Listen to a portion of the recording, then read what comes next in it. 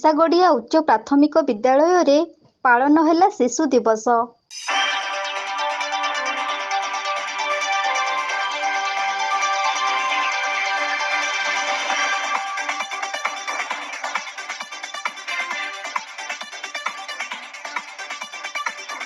କେନ୍ଦୁଝର ଜିଲ୍ଲା ଚମ୍ପୁଆ ବ୍ଲକ ଅନ୍ତର୍ଗତ ପଡୁଆ ଗ୍ରାମ ପଞ୍ଚାୟତର ନିଶାଗଡ଼ିଆ ଉଚ୍ଚ ପ୍ରାଥମିକ ବିଦ୍ୟାଳୟରେ ପାଳିତ ହୋଇଯାଇଛି ଶିଶୁ ଦିବସ ଉତ୍ସବ।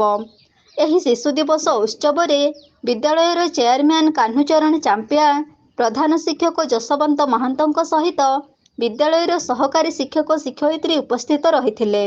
ତାଙ୍କ ସହିତ ମା ମଙ୍ଗଳା ପାଟ ସ୍ୱୟଂ ସହାୟକ ଗୋଷ୍ଠୀର ସଭାପତି ସାର ନାୟକ, ସମ୍ପାଦକ ରେବତୀ ନାୟକଙ୍କ ସହିତ ଅନ୍ୟାନ୍ୟ ସଦସ୍ୟା ଉପସ୍ଥିତ ରହିଥିଲେ।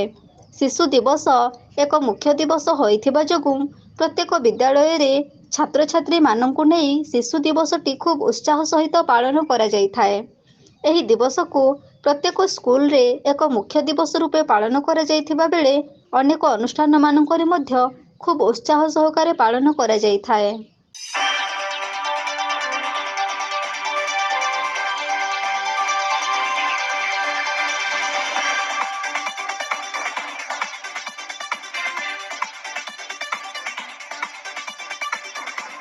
ଏହି ଶିଶୁ ଦିବସ ଭାରତର ପ୍ରଥମ ପ୍ରଧାନମନ୍ତ୍ରୀ ଜବାହରଲାଲ ନେହେରୁଙ୍କ ଉଦ୍ଦେଶ୍ୟରେ ପାଳନ କରାଯାଉଥିବା ବେଳେ ତାଙ୍କର କାର୍ଯ୍ୟାବଳୀ ସମ୍ପର୍କରେ ଛାତ୍ରଛାତ୍ରୀମାନଙ୍କୁ ଅବଗତ କରାଯାଇଥାଏ।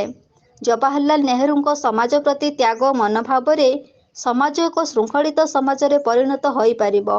ସମାଜ ସେବା କାର୍ଯ୍ୟରେ ନିଜକୁ ସାମିଲ କରିବାର ଏକ ମହତ୍ତ୍ୱ କାର୍ଯ୍ୟକୁ ଛାତ୍ର ସମୟରୁ ଅନୁକରଣ କରିଲେ ସେହି ଛାତ୍ରଛାତ୍ରୀମାନେ ମଧ୍ୟ ଦିନେ ଜବାହରଲାଲ ନେହେରୁଙ୍କ ଭୂମିକା ଲିଭାଇ ପାରିବେ। ସେଥିପାଇଁ ପ୍ରତ୍ୟେକ ସ୍କୁଲମାନଙ୍କରେ ଏହି ଶିଶୁ ଦିବସ ଉତ୍ସବକୁ ଏକ ମୁଖ୍ୟ ଦିବସ ଭାବରେ ପ୍ରତ୍ୟେକ ସ୍କୁଲ କଲେଜରେ ପାଳନ କରାଯାଇଥାଏ।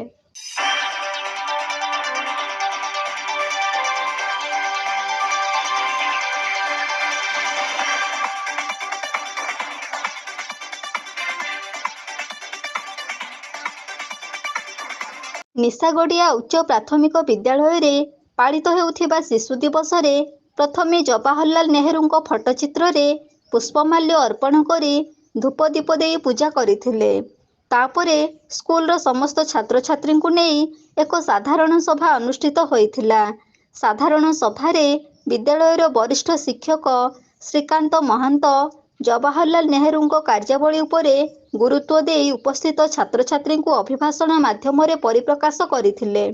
ଜବାହରଲାଲ ନେହେରୁଙ୍କ ମନୋଭାବ ନେଇ କାର୍ଯ୍ୟ କରିଲେ ଭବିଷ୍ୟତରେ ଜବାହରଲାଲ ନେହେରୁଙ୍କ ଭୂମିକା ଲିଭାଇ ପାରିବେ ବୋଲି ସୂଚନା ଦେଇ ପ୍ରତ୍ୟେକ ଛାତ୍ରଛାତ୍ରୀ ଜବାହରଲାଲ ନେହେରୁ ପରି ହେବା ପାଇଁ ଚେଷ୍ଟା କରିବା ନିହାତି ଆବଶ୍ୟକ ବୋଲି ସଭା କାର୍ଯ୍ୟରେ ଉଦ୍ବୋଧନ ଦେଇଥିଲେ।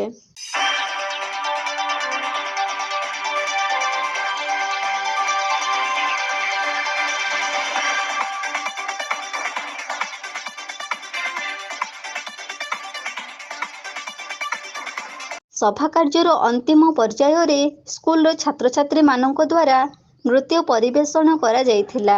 ନୃତ୍ୟ ପରିବେଷଣ କରି ଶିଶୁ ଦିବସ ଉତ୍ସବକୁ ଖୁବ୍ ଉତ୍ସାହ ସହକାରେ ପାଳନ କରାଯାଇଥିବା ବେଳେ ଛାତ୍ରଛାତ୍ରୀମାନେ ମଧ୍ୟ ଖୁବ୍ ଉତ୍ସାହିତ ହୋଇଥିବା ଦେଖିବାକୁ ମିଳିଥିଲା।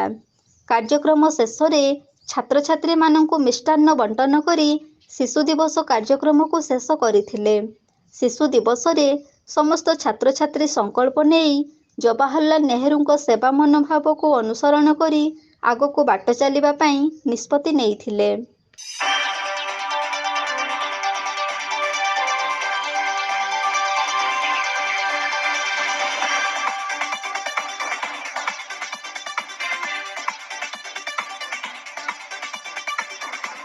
ଚମ୍ପୁଆରୁ ଦୀପକ କୁମାର ନାୟକଙ୍କ ରିପୋର୍ଟ, ଏବି ନ୍ୟୁଜ୍।